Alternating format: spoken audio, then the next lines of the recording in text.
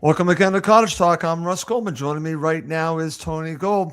This is our post-match show of Fulham's 1-0 loss to West Ham at Craven Cottage Wednesday night. Tony was there, and unfortunately, we have to talk about this loss. We're going to go into detail, and might be a little painful, but it's always therapeutic to go through and talk about it. But I was actually inspired to share this title. This comes actually from Kamal. I spoke to co-host Kamal, and he says this is the Jekyll and Hyde of Fulham Football Club, and I think that's fitting, Tony, as we talk about this match.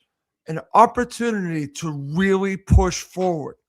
And it's funny because I actually saw Sammy James actually tweet this out where he basically, said the same thing. We're all going to say the same thing. An opportunity is in front of them to really push forward. And it's a Fulhamish thing. Fulhamish podcast. That's what they're named after. I will agree that it is fitting for here. It's Fulhamish for them to lose. But what's very frustrating is we're going to go through this. The match was there for them to win. The match was there, I believe, for them to win, not easily, but handily. I still believe that in my heart, that it was meant for an opportunity to go down that road. That's why I predicted what I predicted, Tony. It wasn't to be, and there are factors in it, and we're going to go through it. You were there, my friend. Give me your opening thoughts. Yeah, I was there, and it was painful, Russ. Very, very frustrating. I've obviously watched it back since having come back. Look, the bottom line is it's one game, Russell. We haven't been Fulhamish for quite a while. I can understand why people are frustrated and disappointed. I'm in that camp. I'm hugely frustrated and disappointed. But end of the story, if you want to strip it all back, last night was solely on Marco Silva and his decisions to go ahead with what he did. It's as simple as that. The bottom line is there was over-rotation that wasn't required, and that over-rotation, unfortunately, caused us to have a lack of cohesion throughout the side, and it just didn't click. And ultimately, when you do that against a side that is fighting for their lives, which West Ham are, they've got players that can hurt you. And we talked about Jared Bowen and, what he will do to us if you give him time and space. Obviously, the error was the error. I'm sure we'll talk about that. And it should never have happened. If he'd stuck with the side that got the job done against Tottenham, I solely believe that we would have got something out of the game last night. Not necessarily won it, but I think we would have got something out of the game. But ultimately, we didn't. And this is, unfortunately, here we are again, Russell, talking about a defeat, a poor defeat, that really has now put us back to square one. And it's always the same with Fulham under this Marco Silva. It's 3 steps forward, 2 steps backwards. That's exactly what it is. And I'm thinking this is the time. It's almost like I'm convincing myself this is the time it's going to change. I think we're all doing that because we wanted to, willing it to happen. What is frustrating, we're going to go through this in the Cottage Talk talking points. Obviously, the first one is we will be talking about the starting 11. But when I look at it, and we'll go through it, it's just frustrating because, listen, we're all, as what we would say here in America, armchair quarterbacks. You would say armchair managers. We're looking at the starting 11. We're looking at this and looking at that, and I'm looking at the opposition and trying to analyze what's going to happen. And Tony, I actually said to you that I think I understand what he's doing. I just disagree with it. I think he had a plan in his mind. And when you see when he brought on the substitutions, I actually think this was completely by design. 60 minutes in, he was going to change it. The question is, why did he change it to begin with? And that's going to get us to start off with the Cottage Talk talking points. And it's as simple as this. You started off by saying a lot of this is at the feet of Marco Silva. I would agree with you on that. But the players, they're culpable, as we would say over here too. His coaching staff, there are a lot to spread the blame around. But for me, it really starts here because the decisions he made, when I saw this, and I actually tweeted out that I thought it was a gamble what he was about to do. You and I talked about the one that made sense was Robinson. That one made sense on the face of it. Bring Robinson in against a team like this. That actually did make sense. Now, we had a feeling Harry Wilson would not be available, and he wasn't available, so there could be another change. But that one I thought was going to be a fairly easy change with, say, someone like Chikwueze, right? So that to me seemed like that was going to be the change. I did not see him changing central midfield around and doing all this and not starting Oscar Bob. The decisions he made, he could have made two that I would have been okay with. Robinson and then the fourth one with Chikwueze. It's the other two that I think made the whole thing disjointed, Tony. We're talking nothing against Tom Kearney. We talked about it on the preview show. I asked the question to you, could he potentially go with Tom Kearney? And he does do that. But then he brings in Josh King. Nothing against Josh King, but Emile Smith-Rowe has really made that position his own. He's healthy to play.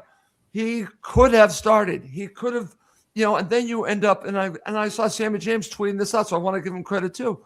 Then you put Iwobi back as a winger, and we're learning that potentially Iwobi is really better centrally. I think you can do that, but I think you're hurting yourself in other ways. So he was overthinking it, in my opinion. I think he was trying to outdo Nuno. I think that's what a lot of this is about. Nuno ends up playing a 4-4-2. So now you have the spare man. This actually, on the face of it, might make sense because you might have an advantage in central midfield. But you lost something with the changes, Tony. This completely backfired. And that's why question marks remain around Marco Silva and his ability to push on from where he is, Russell. Look, in my opinion, and far be it for me to question Marco Silva's decisions, right? But after Sunday, there were only two changes that needed to be made, given the fact that we're playing Southampton in the FA Cup on Sunday, where actually the change that he made last night could have been warranted. The first was, and we talked about it, Robinson coming in for Sessegnon, not because Sessegnon was playing badly, but because Robinson gives you something different and actually can exploit the areas where West Ham have really struggled this season. Okay, albeit yesterday Anthony Robinson was absolutely useless, awful. But put that aside, right. The other change was obviously Harry Wilson got injured, so he had to come out. So Chikwueze was the natural replacement there. Makes sense. But then why remove Bob after his performance from Sunday and take out Smith-Rowe and taking out Iwobi from centrally killed us yesterday. Iwobi cannot play on the left. Completely and utterly wasted. Completely and utterly useless. He hasn't got the pace or the ingenuity to beat fullbacks and make things happen in those areas. We've seen it enough to realise that. He's a player that needs to get on the ball centrally, okay, have the game in front of him where he can open up teams and make things happen. Tom Kearney should have been brought up. He got it all back to front. Tom Kearney should have been brought on with 65, 70 minutes to go when Fulham have won the game and need someone to take the sting out and control the midfield areas. That's when you bring him on. And Josh King at the moment, quite simply, just isn't there physically, Russ. He just isn't there physically. He's lively, he's buzzy, he runs around a lot. But again, he gets pushed off the ball far too easily, can't break midfield lines, and then loses the ball because he's trying to do too much. So ultimately, all of those things, combination together, caused the problems and the result which we got yesterday, which was a very disappointing 1-0 defeat. Okay. Now, I'm seeing a bunch of comments, and I want to give everyone the respect they deserve by sharing the comments. And again, fair point by Matt. He has been mentioning that Iwobi has played out on the left most of the season. That is true. But I think one thing that we have learned is that I think he's even more effective centrally, partially because of what you said. He doesn't really have the pace to really challenge someone going forward as a winger. That's just not really his strength. Matt, the way that he's Russ, the way that he's been playing, why do you want Iwobi out on the left tucking in? It's a complete waste when you've got players on the bench that can affect the game in a completely different way and in a way that you want in the final third. That's not Iwobi's game. And it's not, Iwobi's been excellent for us this season playing where? Yeah. Centrally. Right, centrally. Yeah. That's where he's been effective. So why change what's been working? It worked against Sunderland, works against Tottenham. I'll tell you what, we've got West Ham who are fighting for their lives. Let's change it around and move Iwobi out of there and and that was all to accommodate Tom Cairney yesterday, basically. That's right. All it was. Right. And so what you've done is you've taken out the flair and attacking options that you've got by removing Bob, removing Smith Rowe. It killed us. It absolutely killed us. Right. And Tony, listen, and again, like I said, Matt is bringing up some points and talking about like rotation. And I understand that, especially with the squad, it's a midweek game. I would say I would understand that a little bit more if Fulham were coming off of a loss, but they were coming off of playing a very good match against Spurs. So I would like to build on that momentum. I don't see a reason for rotation, Tony. That's just my point. I see often why you might consider it, but not against this team after coming off that victory. That's where I'm going on it. Well, he brought Robinson in. You could have played Cess there. Cess is more than capable of playing that role. And also, actually, he gives you a lot more balance. So, again, it's just a baffling decision. And it's one that I think, as someone said earlier in the comments, Marco Silva overthinking it. Yeah. And that's completely what he did. That's what I think. That's where I go on this, that he overthought this, that this was really a chess match between him and Nuno. And they've gone head-to-head many times. And Marco has won the majority of them lately. But Nuno has won others as well. And I think what they end up doing, I think they both do this. They try to outdo each other. Nuno's done this. And I think, coming out with a 4-4-2, and let's also talk about this, because I said that Marco had to win the coaching battle. Well, what does Nuno do in the second half, Tony? What does he do? He ends up changing his formation. He takes off Callum Wilson. Now, on the face of it, you're thinking, why are you taking off a striker? Because he was looking for more control and to basically have three in the middle like Fulham. He was basically going at Fulham. That stopped Fulham from dominating the play. So for me, Nuno got the best of Marco, but it starts with the decisions before the match. It starts with the starting 11. Yep, 100%. 100%. Okay. And if you don't start correctly in these types of games, and, look, again, the first half was relatively flat. I thought, we didn't really produce much is the honest truth. A couple of chances of Iwobi had a shot. But, ultimately, and I think Matt's made a very good point there against Josh King, we need to protect him, Russ. He's still young. So he's still young. And I agree with Matt there, actually. I agree with Matt too. Matt is bringing up a good point here. Give the young player the opportunity to play on that right-hand side. He has got pace. He does want to take players on because he's fearless. So take him out of a central area where he's going to be exposed a little bit, and he was at times, and give the kid a chance. But I don't know. It's just sometimes Marco Silva's decisions are a little bit baffling. Genuinely, they are a little bit baffling. And I think they were here. And like I said, I just, and again, I think it was, I think it was our friend who mentioned about doing it against Daniel Farke. I think he probably did the same thing there. And I think he gets tied into playing so much against the manager, against the opponent, that he doesn't always focus as much about us. This should be a balance. I have no issue trying to play against the opponent. I agree with adjusting and doing all that. But there are times where it's just meant to play your strongest side. You're coming off of a victory and go for it. You're at home, go for it.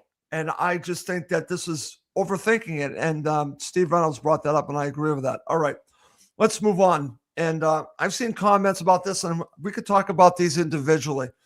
But I was very critical, extremely critical of the Tottenham Hotspur manager, Igor Tudor, who was, basically looking for blame about decisions and all this from the Tottenham Hotspur match. It was the first thing every podcast video I watched about that match that Fulham won was the decision of the first goal. It was that. It was all about that. And I just thought there was so much blame, so much deflection. I'm not doing that here. The decision by the referee in VAR are not why Fulham lost to West Ham, Tony. Let's get that straight. We can go through the individual situations, and I want to go through them because I've watched them back. I know you've watched them back. This is not why they lost.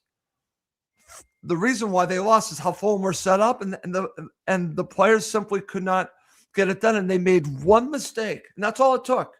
One error, and they lost the match. That's why they lost. And by the way, West Ham deserved to win. So I'm not taking anything away from them. Absolutely not. This is not why they lost, Tony. No, 100%. Regardless of what happened with the decisions, ultimately they came to the right outcomes in the end. The only one that obviously was a little bit contentious was the Fernandes one, because yes, at the end of the day, it wasn't a penalty. Josh King has clearly actually looked at and fouled him, but once the referee's given the free kick, Fernandes has to go. It's a second yellow card. So ultimately, that was probably, even though it should never have been a free kick because Josh King fouled him. Once the referee's given it, he's got to go. But other than that, as far as I'm concerned, I thought the referee reffed the game really well. I don't have any issues with that at all. And yeah, ultimately, we lost last night because we were toothless in the final third. Yep. Absolutely toothless. We didn't create anything. And unfortunately, in true Fulham fashion, as normally happens, if we make a mistake at the back, we get punished. That's right. We made a mistake and we got punished. And that's it. That's where it starts and stops at the end of the day. That is where it starts and stops. You can't blame anybody, and only Marco Silva can have all the excuses in the world. He has to look at himself in the mirror this morning and hold his hands up and basically admit that he got it wrong. End of. And, and I'm sharing this comment from Steve Reynolds because I agree with this, and I'm always one that will always blame myself when I've made a mistake. Marco Silva, can you please look at what happened? And it's okay to say, you know what, I got this one wrong.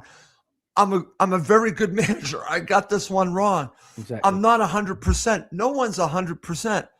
But the only way anyone improves is by learning from your mistakes. I hope he can admit that this was a mistake, Tony. Instead of blaming VAR, blaming the ref, that's deflection to me.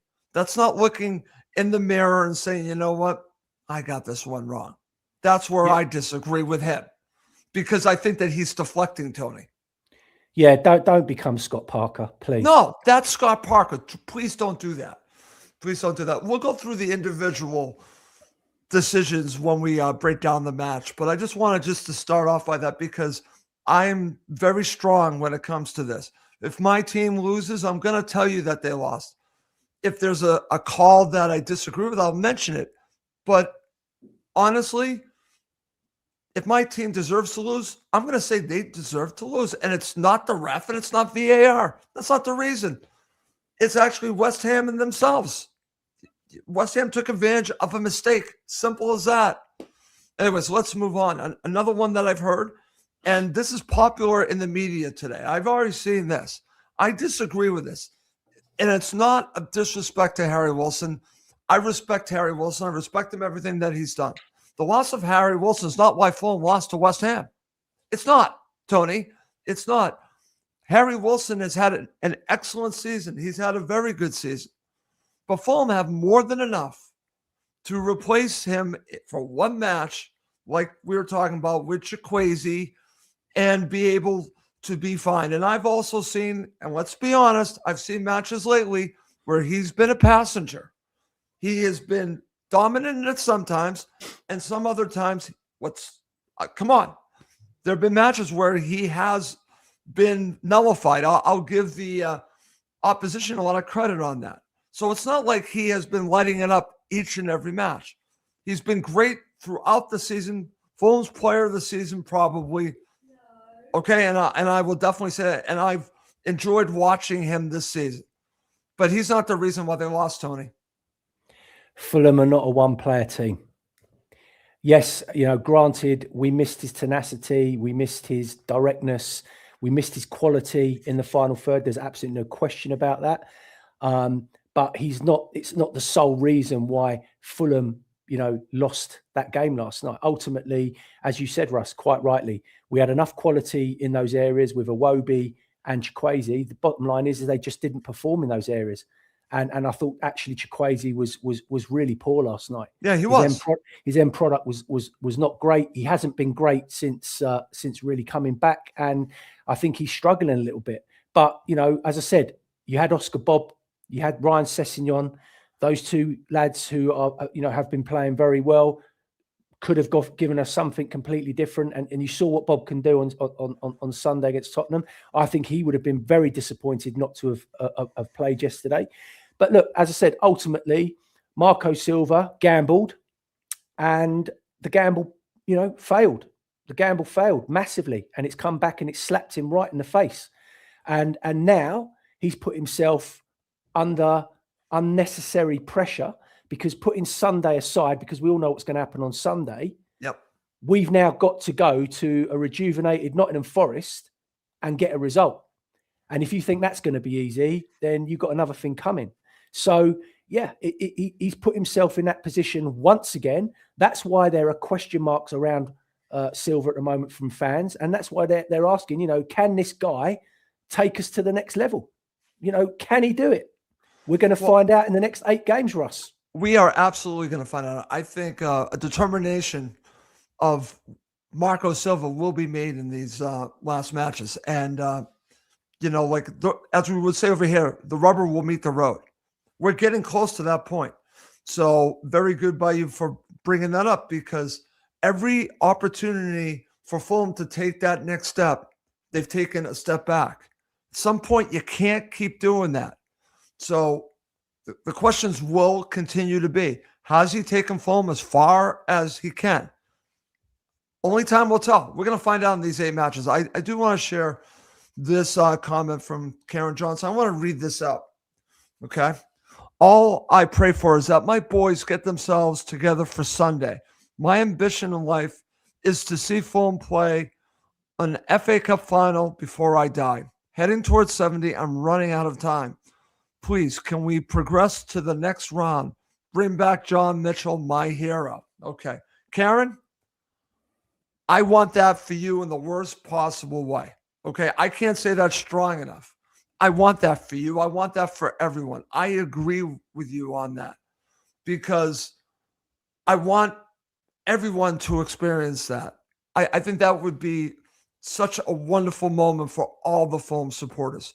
So I agree with you. The focus should now switch. Their mindset has to be on Sunday to get Fulham to the next level in the FA Cup. The opportunity is still there. And I hope that your dream comes true, Karen. I'm there with you. I'm pushing for it. Karen, Tony, if I had one, anything you want to say about that? If I had one wish, I would give it to Karen right now, and I'd let her have that. I'd let her have that dream. Definitely. Okay. Listen, we all want that, right? I mean, I was barely 4 years old when we played West Ham in 75, so I don't remember it. I only remember, obviously, I only see it now on the telly when I watch it back. But that was a long time ago, Russ. Yep. And obviously the other Wembley dream that we had was when we beat Villa in the playoff final. I was there, man. But listen, Karen, I'm with you. And yeah, look, Silva now, his realistic best opportunity now to get to Europe is via the FA Cup. That is it. So he has to take it seriously on Sunday, and the boys have to go out there and they have to perform. No matter what team he puts out, they have to perform. Yep, I totally agree. And Karen, thank you so much for your comment. And I'll be thinking of you on Sunday. Seriously, I'll be thinking of you, and I really hope they get it done for you. Definitely, I truly do. And so I want to share this comment again from our friend Ben, who I actually speak to a great deal. Ben's a great guy. And here's what he says, Tony. On last 2 nights' results, how many points can you really see us picking up in the last 8 games? Are we seeing the usual poor run and we've had the past 3 seasons? Ben, as we would say over here, that's the $1 million question. Because every time I think that it's changing, we get this result. Like I said, we're going to find out in these 8 matches. I don't know, because every time I bet on it and I say this is changing, and I've said it on the show so many times, there's a step back. At some point, there can't be a step back. We'll see. We'll see. I don't know how many points, because we are now getting into that realm of the box of chocolates again. I don't know which Fulham is going to show up. Like I said, I call on this show the Dr. Jekyll and Mr. Hyde of Fulham Football Club, because I don't know which one we're going to get.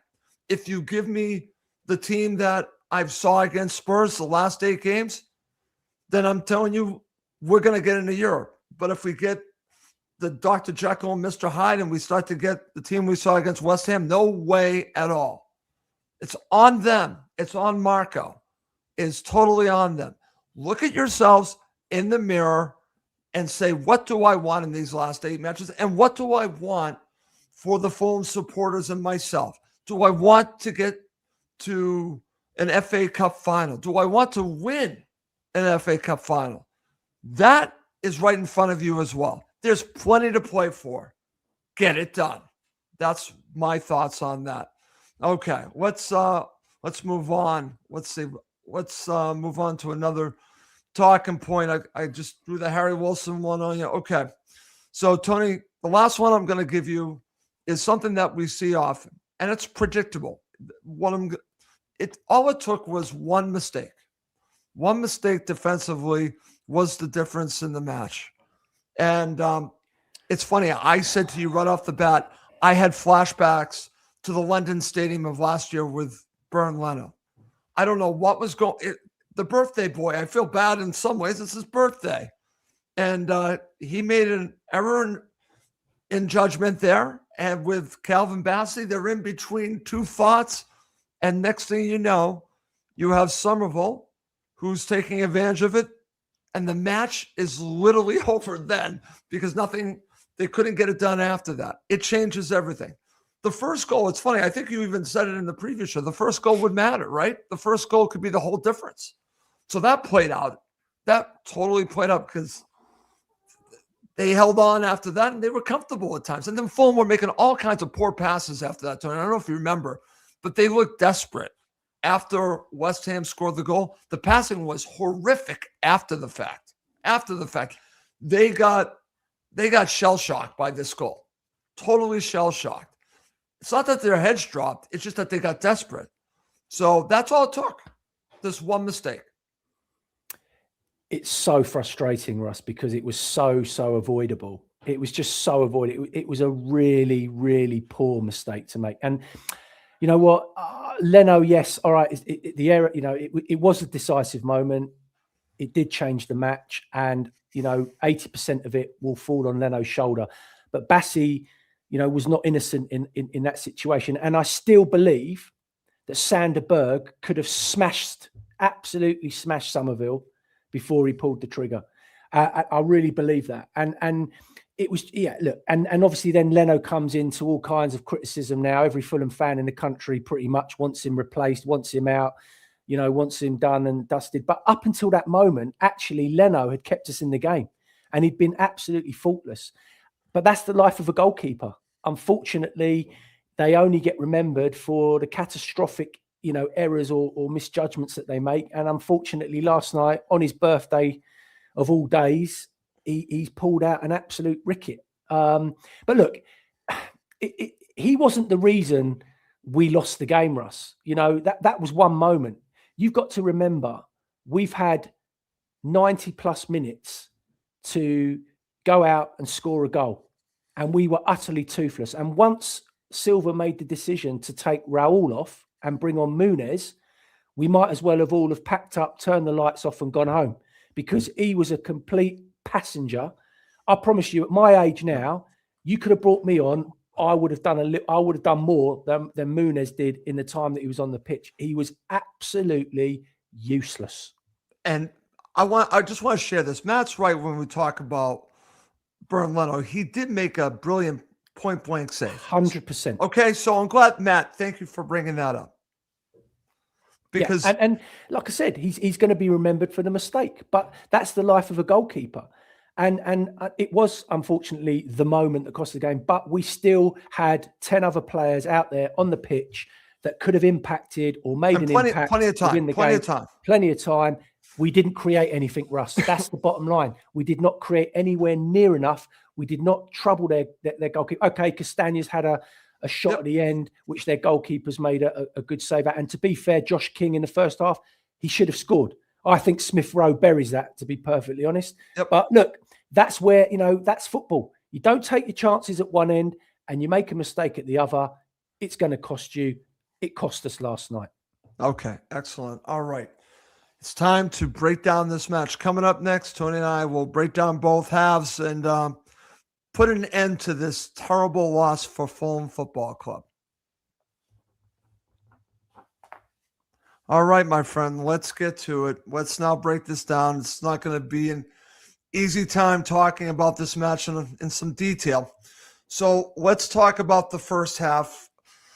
I'm going to mention some of the moments, and again, I talked about some of the decisions that are going to come up here too. But before I talk about the situation with Iwobi, let's just talk about the opening stages. We'll talk about that coming up shortly. Iwobi will be next. What did you make of the start? Could you see? I could see very early on that Marco got this wrong. It just looked like it was going to be one of these, as you would say, a slog, that there was no cohesion. There was no fluidity to Fulham's game. There was none. It was a 4-2-3-1 going against a 4-4-2, and it looked like a mess from both teams.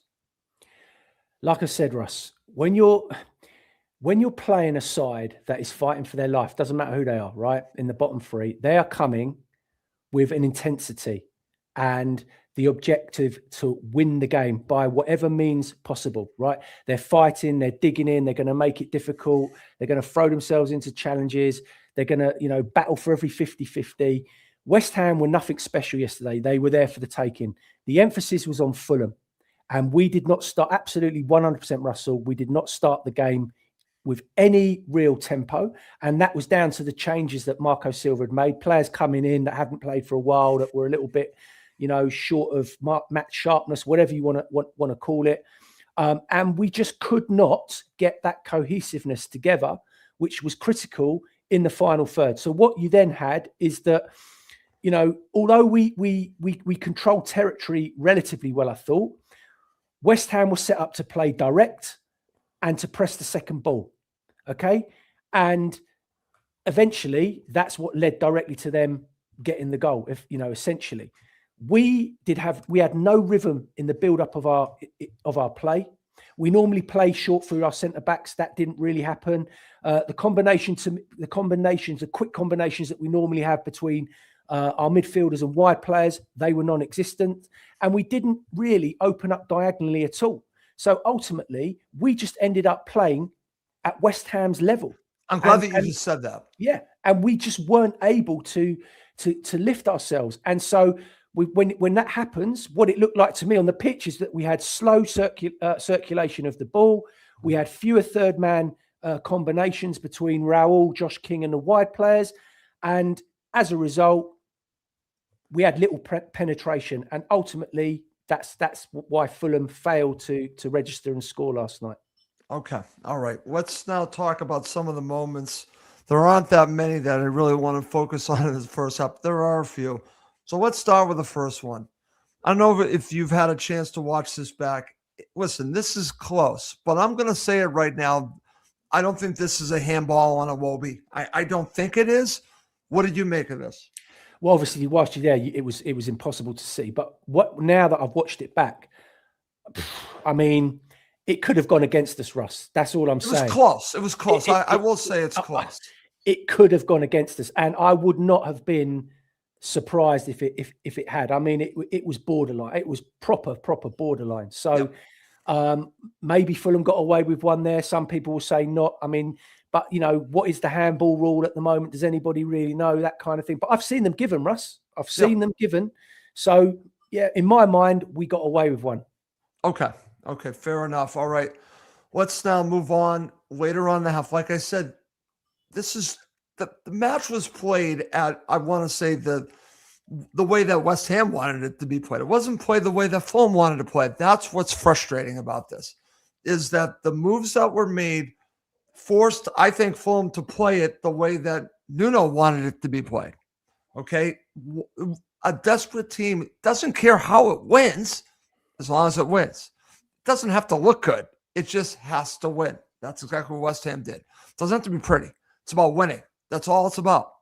But let's talk about the situation with Fernandez now, before we talk about Josh King's shot after this. So I've watched this back several times. First of all, definitely not in the box. It's outside the box. So let's say that.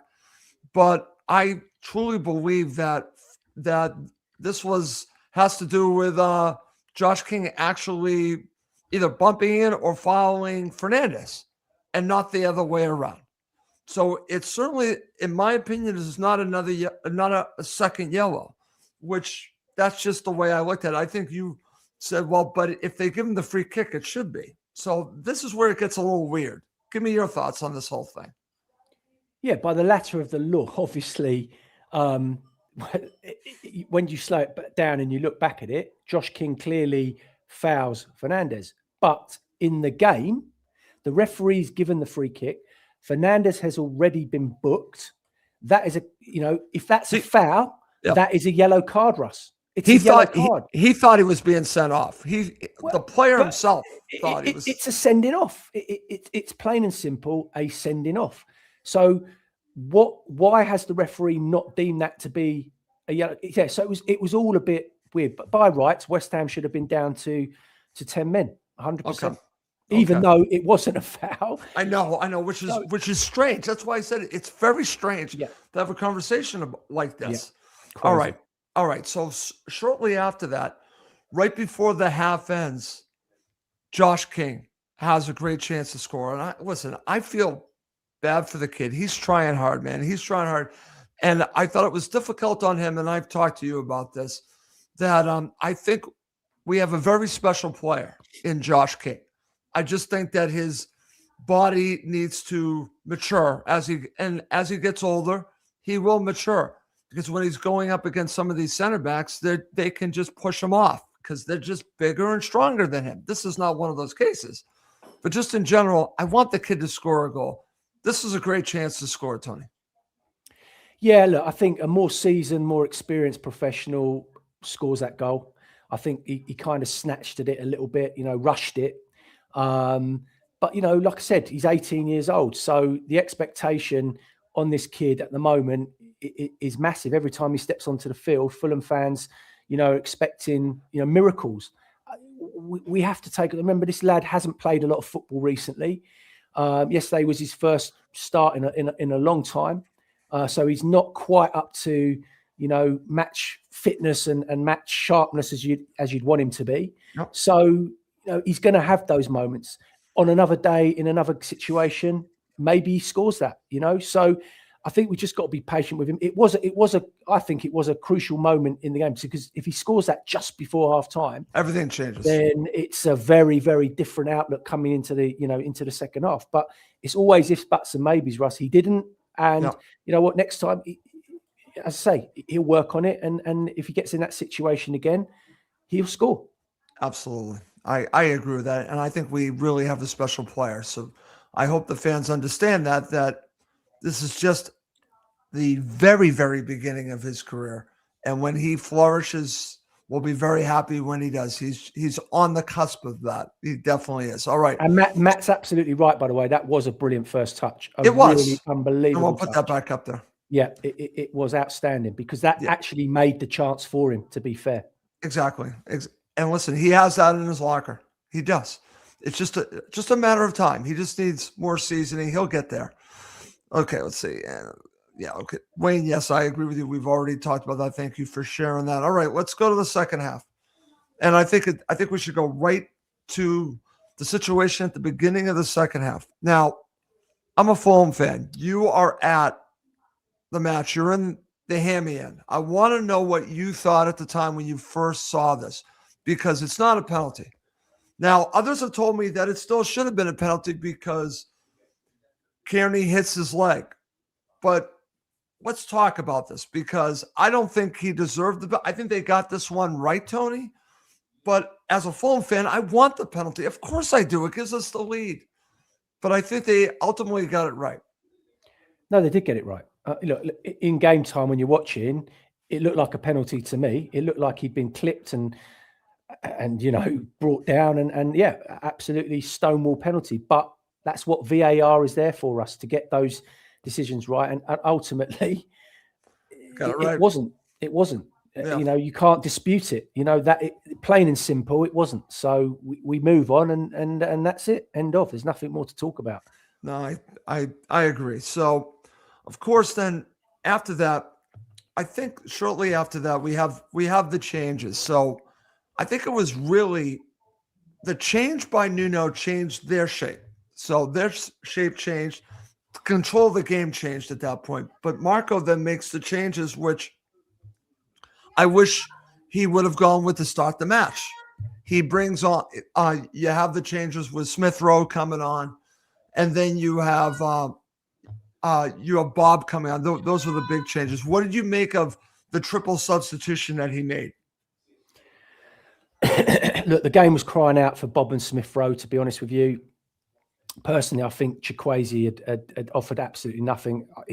I would have taken him off, but he chose to take Josh King and Kearney off, which, the game was still 0-0, Russ, which it needed changing, but I didn't necessarily. I think bringing Iwobi back into the middle was critical, and getting Bob out there was crucial. Bringing on Muniz was a complete and utter waste of time. That didn't work.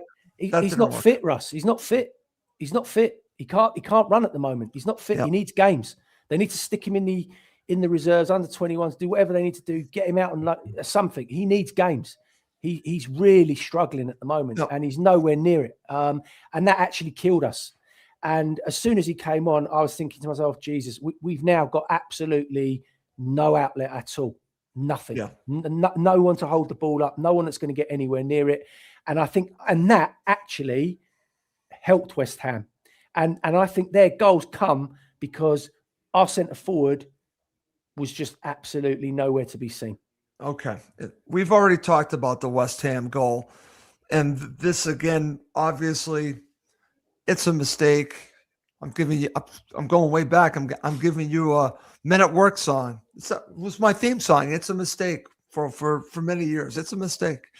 But this was a mistake. And, we don't have to rehash this. So West Ham go ahead 1-0. It's what happens after this. Well, we'll then get to talking about the chance at the end. I thought Castagna had a great chance to score, Tony. It was a great save, okay?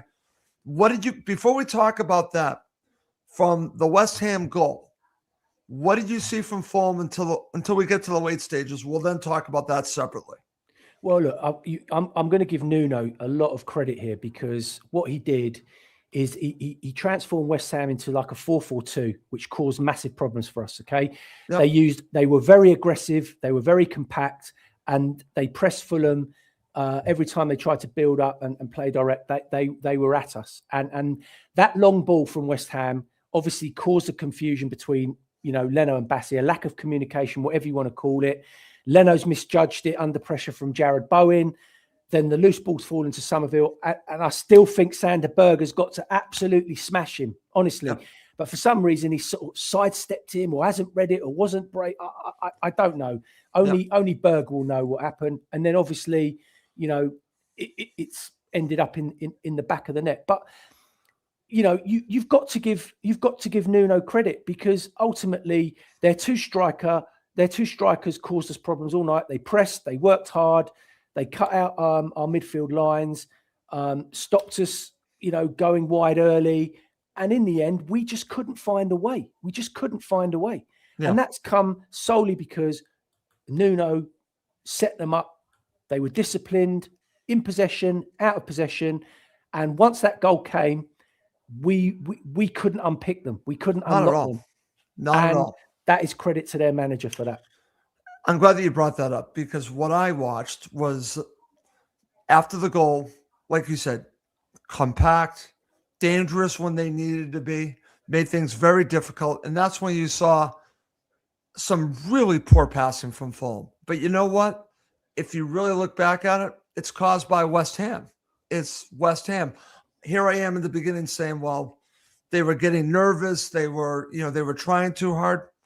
But I also have to give credit to West Ham for forcing the issue, for making Fulham play badly. So they deserve a lot of credit for that. I'm glad that we're talking like this, because I wish other shows, other teams, when they lose, they would do this, give credit. Well, let's give credit to West Ham. Let's give credit to Nuno. They deserve it here.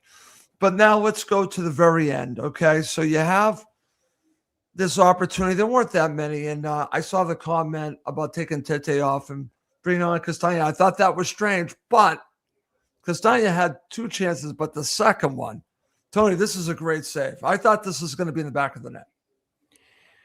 You want that ball falling to anybody else but Castagna. Look, he's hit it. He's hit it well, to be fair. He did hit it. He did. And the keeper, has done well. But, if that falls to a Wobie or Smith Rowe or someone like that, you'd like to think that, that's going to hit the back of the net. But, look, if we're relying on Castagna to come off the bench to score us a goal, to get us something out of a game, then, things have been, it's been a bad night, right?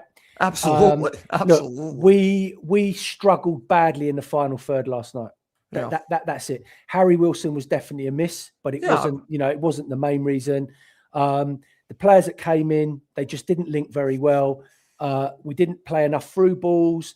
Our crossing was poor. There was no penetration, and ultimately, with all of those things being as they were, you're not going to win football matches. It's as simple as that. And that was it. And it was a bad night at the office. It was a bad night, and something that you said to me after the match rings true, because here we are, we're talking about them losing 1-0, and here's a team in West Ham, Tony, that were leaking goals left and right the entire season. This, all of a sudden, they look completely solid. Now, some of that is down to Fulham, but some of that, like I said, some of that is down to them. They're fighting for their lives. And I'll be the first to raise my hand and say, maybe I didn't factor that in enough. That when you fight to stay in the Premier League and you're doing it the way they're doing it, the reason why Tottenham are truly in trouble, they can't do what West Ham did against Fulham, Tony. We're going to finish this show, and then we're both going to watch Tottenham play. I can't imagine Tottenham are going to do what West Ham did to us. The players are not reacting, and the manager doesn't have it in him to do it the way that West Ham did it with Nuno. And it's fair credit to them, man. I have to tip my cap in some ways. It hurts because I think it's preventable. But you also have to say, you know what? They deserved it, West Ham. They got it done. Fulham didn't.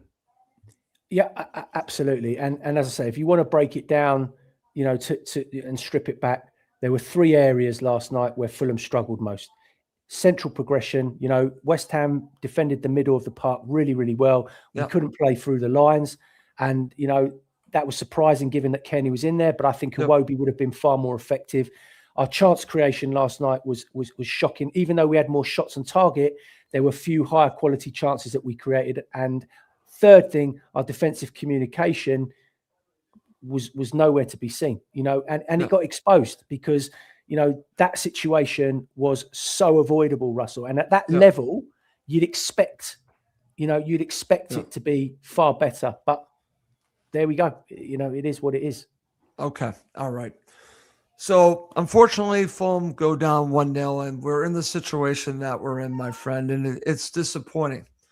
The way I want to end the show, and I want to go back and I want to look forward to Sunday. And I'm going to put up the comment one more time because I don't know who's going to be watching this. If everyone's going to be watching this from the club, I'm hoping that they watch this. I'm going to share this once again because I hope someone shares this with the club because Karen's not alone with what I'm sharing here. There are so many that want this to happen. And I want it to happen, not just for Karen, obviously for Karen, but for everyone. I'll say it one more time. All I pray for that my boys get themselves together for Sunday. My ambition in life is to see Fulham play in an FA Cup final before I die. Heading towards 70, I'm running out of time. Please Can we progress to the next round? Bring back John Mitchell, my hero. I'm sharing that at the end to just remind everyone what's at stake on Sunday. This means a lot to so many people, Tony. A ton. Have to get this done. For people like Karen and everyone, get it done. Yeah, look, 100%, Russ. And I think Karen's made another comment there, Russ. I don't know if you can bring it up about our corners. Oh, I didn't see it. Did she? Yeah, did she, I'd like to sort of go through that if we can. Oh, okay. And yes, Steve, I think we should go with our strongest team. Yes, that's it. Yeah. Okay. I know I'm a woman and probably not as experienced as you men in understanding the rules of the game. Unfortunately, my friend who sits behind me is actually a qualified ref in women's football, so always try to explain things to me. But what I want to try and understand, why do we quite often have two of our players together when taking a corner kick? I appreciate short corners, but surely the aim is to get the ball into the good area. Having two people away from the goal mouth push just, I think she tried to continue it. I don't have any more of that comment, but okay. So what do you make of that, Tony? Can you answer that for I Karen? mean, well, I'm not Marco Silva and I'm not his coaching team, but one of the reasons why I think they do it, Russ, is because number one, they want to try and change the angle of a corner and deliver it at a bit more of an acute angle. It could be that they've decided that they want to try and drag players out of the box to create a bit more space in there for, our bigger, more athletic players. Yep. But yeah, I mean, it's a case of I'm with Karen. I agree. I think sometimes you've just got to put balls into the area. Arsenal do it, brilliantly. Their delivery from those areas is fantastic, and then have players attack the ball. But yeah, at the moment, I think the reason why they're doing it is simply because we don't have enough physicality with certain players to attack the ball in those areas. So it makes more sense to build up from the corner. Yep. Change the the dimension of the ball and maybe deliver it from areas, but also to drag players out to free up a bit more space in there. That's the only answer I've got for her at the moment. Okay. Thank you for the comments, Karen. Thank you for everyone's comments. Listen, this was a tough loss for Fulham Football Club. And I was feeling pretty down afterwards. I know you were, Tony, and I got up this morning feeling just terrible because I live and breathe it just like everyone else. I might be here in America, but I live and breathe all of these matches. My son makes fun of me, Tony. I don't know if I shared this with you, but I stand and pace during the matches. I literally feel like I'm going to get myself into the television. That's the way I don't sit down. I'm standing, and it drives him crazy, but that's what I do. That's exactly what I do. So it's hard coming off this, but what's actually nice is that we have 125 people watching live with us right now. And I just want to thank everyone that does watch and listen to Cottage Talk. It means the world to me. It also just basically emphasizes to me and brings home how much we all care about Fulham Football Club. And we want them to progress to the next level. We don't want them to be, as Kamal told me today, Dr. Jekyll and Mr. Hyde. We don't want that. But I'll leave you with one last thing, and I keep going back to Karen's comments. Just get it done. Get it done for people like Karen. Move on in the cup. We can focus on both. Move on in the cup. Get it done on Sunday. All right, Tony, final thoughts from you before we go. Yeah, final thoughts for us are, look, disappointing defeat. However, it was a defensive error. I'm not going to say goalkeeper, defensive error that gifted the winner. Marco Silva now has to forget about all this rotation nonsense. We've got 8 league games left. He goes with our strongest group, on Sunday, because ultimately 8 plus 3 cup games, potentially 11 games of the season left. We go strong for every single one of those games and we go for it.